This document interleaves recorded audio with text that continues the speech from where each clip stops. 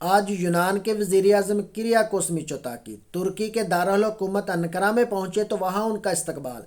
ترکی کے صدر رجب Tayyip Erdogan نے کیا۔ اور یہ بڑی ایک خوش آئن بات ہے، کیونکہ ترکی اور یونان کے درمیان حالات ہمیشہ کشیدہ ہی دیکھنے کو ملتے ہیں، لیکن اگر آپ کے ملک کی لیڈرشپ اچھی ہو تو پھر وہ اپنے ملک کا فائدہ اور اپنے لوگوں کا مفاد سوچتی ہے۔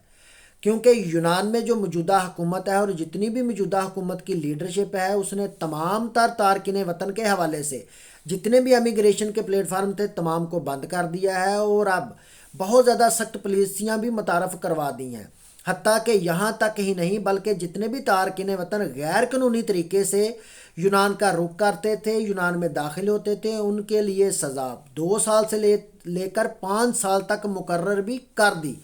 اور اب یونان کی جو موجودہ حکومت ہے اور ساتھ میں جتنی بھی لیڈرشپ ہے، وہ اب جتنے بھی ممالک ہیں جن کی سرحدیں یونان کے ساتھ اٹیچ ہیں، جہاں سے تارکین وطن یونان میں داخل ہوتے ہیں، ان تمام ممالک سے بھی رابطے میں ہیں۔ کیونکہ ایک طرف اگر تارکین وطن کو روکنے کے لیے سخت قوانین متعارف کروائے جائیں گے تو دوسری طرف یہ بھی بات بڑی ایک خوش آئن ہے کہ درجنوں نہیں سینکڑوں تارکین وطن کی جانوں کو بھی محفوظ بنایا جائے گا۔ اور یہ بڑا ایک خوش آئن اقدام ہے تارکین وطن کے لیے بھی، اور موجودہ حکومت یونان اور ترکی کے ساتھ یہ جو معاملات یونان کے اب چل رہے ہیں،